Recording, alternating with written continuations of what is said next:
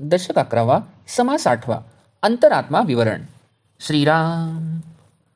आधी वंदू सकळ करता, समस्त देवांचा जो भरता, त्याचे भजनी प्रवर्ता कोणीतरी श्रीराम. तेणे विण कार्य न चले, पडिले पर्ण तेही न हले, अवघे त्रैलोक्येची चाले, जयाचेनी श्रीराम.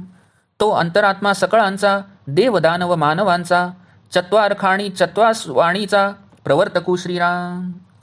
तो एकलाची सकळा घटी, करी भिन्न भिन्ना रहाटी, सकळ सृष्टीची गोष्टी किती म्हणून सांगावी श्रीराम. ऐसा जो गुप्तेश्वर, त्यास म्हणावे ईश्वर, सकळ ऐश्वर्य थोर थोर, जयाचे निभोगिती श्रीराम. ऐसा जेणे ओळखीला, तो विश्वंभरची झाला, समाधी सहज स्थितीला, कोण पुसे श्रीराम. अवघे त्रैलोक्य विवरावे, तेव्हा वर्म पडेल ठावे, अवचटे घबाड सिणावे, न लगेची काही श्रीराम. पाहता ऐसा कोण आहे, जो अंतरात्मा विवरो न पाहे, अल्पस्वल्प कळो न राहे, समाधाने श्रीराम. आरे हे पाहिलेच पहावे, विवरलेची मागुते विवरावे, वाचिलेची वाचावे, पुन्हा पुन्हा श्रीराम. अंतरात्मा केवढा कैसा, पाहणाराची कोण दशा, देखिल्या ऐकिल्या ऐसा, विवेक सांगे श्रीराम. उदंड ऐकिले देखिले, अंतरात्म्यास नवचे पुरवले, प्राणी देहधारी बावले, काये जाणे श्रीराम. पूर्णास अपूर्ण पुरेना, काजे अखंड विवरेना, विवरता विवरता उरेना, देवा वेगळा श्रीराम. विभक्तपणे नसावे, तरीच भक्त म्हणवावे, नाही तरी व्यर्थची शिणावे, खटाटोपे श्रीराम. उगाच घर पाहून गेला, घर धनी नाही ओळखिला, राज्यामधूनची आला, परी राजा नेणे श्रीराम. देह संगे विषय भोगिले, देह संगे प्राणी मिळवले, देह धरत्यास चुकले, नवल मोठे श्रीराम.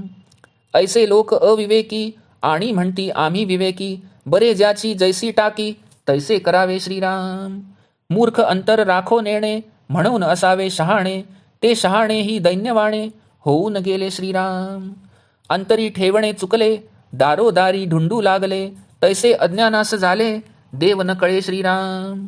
या देवाचे ध्यान करी, ऐसा कोण सृष्टीवरी, वृत्ती एकदेसी तरतरी, पवाडेल कोठे श्रीराम.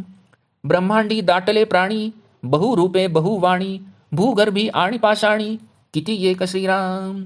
इतुके ठाई पुरवला, अनेक एकची वर्तला, गुप्त आणि प्रगटला, किती एक श्रीराम.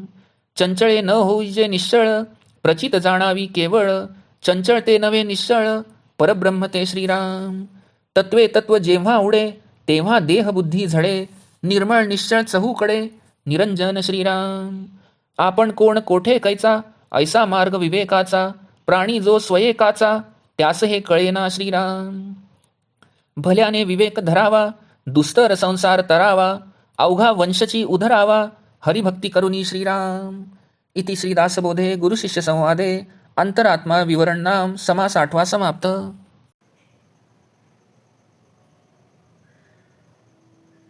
दशक 11 समास 8 अंतरात्मा विवरण. श्रीराम. आता सर्व विश्वाचा कर्ता आणि सर्व देवांचा जो देव, त्याला आधी वंदन करूया. श्रोते हो, कोणीतरी त्या देवाचे भजन करण्यास प्रवृत्त व्हा. त्याच्या सत्तेशिवाय कुठलेही कार्य घडत नाही. गळून पडलेले पानही त्याच्या सत्तेशिवाय हलू शकत नाही. त्याच्या सत्तेनेच सर्व त्रैलोक्यातील कार्य चालते. तो देव दानव मानव यांचा, तसेच चार खाणी चारी वाणी यांचा प्रवर्तक असून त्यालाच सर्वांचा अंतरात्मा असे म्हणतात. तोच सर्व प्राण्यांच्या ठिकाणी वास करून सर्वांकडून भिन्न भिन्न क्रिया करवितो. सर्व सृष्टीतील घडामोडी त्याच्या योगेच होत असल्याने किती म्हणून वर्णन करणार. असा जो सर्वांच्या अंतर्यामी गुप्तपणे राहणारा सर्वांचा चालक, त्यालाच ईश्वर असे म्हणावे. त्याच्या योगेच थोर थोर लोकांना सर्व प्रकारचे ऐश्वर्य प्राप्त असते. अशा त्या ईश्वराला जो स्वानुभवाने जाणतो, तो स्वतः विश्वंभरच होतो. याप्रमाणे जो आत्मारामच बनतो, तो समाधी किंवा सहज स्थितीला कशाला महत्त्व देईल. सर्व दृश्य सृष्टीचे सारासार विवेकाने विवरण निरसन करावे, तेव्हाच अचानक वर्म कळून येते. अचानक आत्मवस्तुरूपी घबाड प्राप्त होते. त्यासाठी मग दुसरे काही कष्ट करावे लागत नाहीत. प्रत्यक्ष स्वरूप अनुभव येईपर्यंत अंतरात्म्याचे विवरण करणारा एखादाच असतो. बहुतेक लोक अल्पस्वल्प ज्ञानानेच समाधान मानतात. श्रोत्यांनो, असे एवढ्या तेवढ्यावर समाधान मानू नका. अंतरात्म्याचा शोध घेतच राहा. पूर्वी विवरण केले असले तरी पुन्हा पुन्हा विवरण करा. पूर्वी त्यासंबंधी वाचलेले असेल तरी परत परत वाचून चिंतन करा. अंतरात्मा केवढा आहे, कसा आहे, त्याचे स्वरूप काय, ज्यांना त्याचा साक्षात्कार होतो त्यांची काय स्थिती होते, याबद्दल ज्याने जेवढे ऐकले किंवा पाहिले असेल तेवढेच तो सांगतो. पण उदंड ऐकले आणि पाहिले तरी त्याने अंतरात्म्याची ओळख होऊ शकत नाही, कारण देहधारी प्राणी बिचारा अल्पज्ञ अज्ञानी असतो. तो अंतरात्म्यास कसा जाणणार? अंतरात्मा हा चंचळ अपूर्ण असल्याने तो पूर्ण निश्चळ परब्रह्म केव्हाही होणार नाही. पण हे कळत नाही, कारण अखंड विवरण घडत नाही. जो कोणी निरंतर विवरण करीतच राहतो तो मग देवापासून वेगळा उरतच नाही, तो एकरूप होऊन जातो. जो याप्रमाणे एकरूप होतो, विभक्तपणे उरतच नाही, त्यालाच भक्त म्हणून घेणे शोभते. याप्रमाणे ऐक्य जोपर्यंत होत नाही तोपर्यंत जे प्रयत्न करावे तो केवळ क्षीणच होय. एखादा माणूस जाऊन उगाच नुसते घर पाहून आला आणि घरमालकाला भेटलाच नाही, किंवा कुणी एखाद्या राज्यात जाऊन आला पण राजालाच त्याने जाणले नाही, त्याप्रमाणे माणसांची स्थिती असते.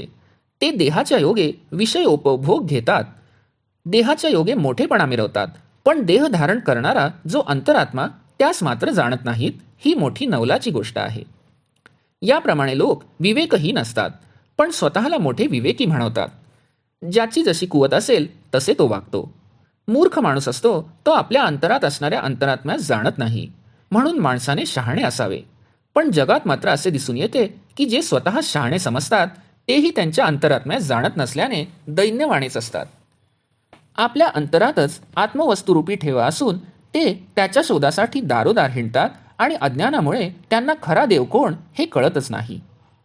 अनंत अशा अंतरात्म्याचे ध्यान करणारा या सृष्टीवर कोण आहे? माणसाची वृत्ती एकदेशी असते, तिची शक्ती मर्यादित असते. या ब्रह्मांडात प्राण्यांची एकच दाटी झाली आहे. त्यांची अनेक रूपे आहेत, अनेक भाषा आहेत. एवढेच नव्हे तर भूगर्भात आणि पाषाणातही कित्येक प्राणी आहेत. इतक्या सर्वांना पुरूनही जो शिल्लक उरतो आणि या अनेकांच्या ठिकाणी जो एकच वर्तत असतो, तो अंतरात्मा काही ठिकाणी गुप्त असतो तर काही ठिकाणी प्रगट असतो. जोपर्यंत माणूस चंचळाच्या सत्तेत वावरत असतो तोपर्यंत तो निश्चळ अशा परब्रह्माशी एकरूप होऊ शकत नाही. हे केवळ अनुभवाने जाणून घ्यावे. चंचळ अंतरात्मा आणि निश्चळ परब्रह्म एक म्हणता येणार नाही. तत्वाने तत्वांचे जेव्हा निरसन होते तेव्हा मी देह ही देहबुद्धी नष्ट होते आणि मग चहूकडे निर्मळ निश्चळ निरंजन असे परब्रह्मच ओतप्रोत कोंदाटलेले आहे असा अनुभव येतो. पण हे सर्व होण्यासाठी माणसाने मी कोण, मी कसा आहे, कोठून आलो याचा विवेकाने शोध घेण्याचा प्रयत्न करायला हवा. जो प्राणी स्वतः अर्धवट असतो त्याला हे कळत नाही. म्हणून भल्या माणसाने सारासार विवेकाचा मार्ग धरून या दुस्तर संसारातून तरुण जावे आणि हरिभक्ती करून आपल्या संपूर्ण वंशाचाच उद्धार करावा. इति श्री दासबोधे गुरुशिष्य संवादे अंतरात्मा विवरणनाम समास 8 समाप्त.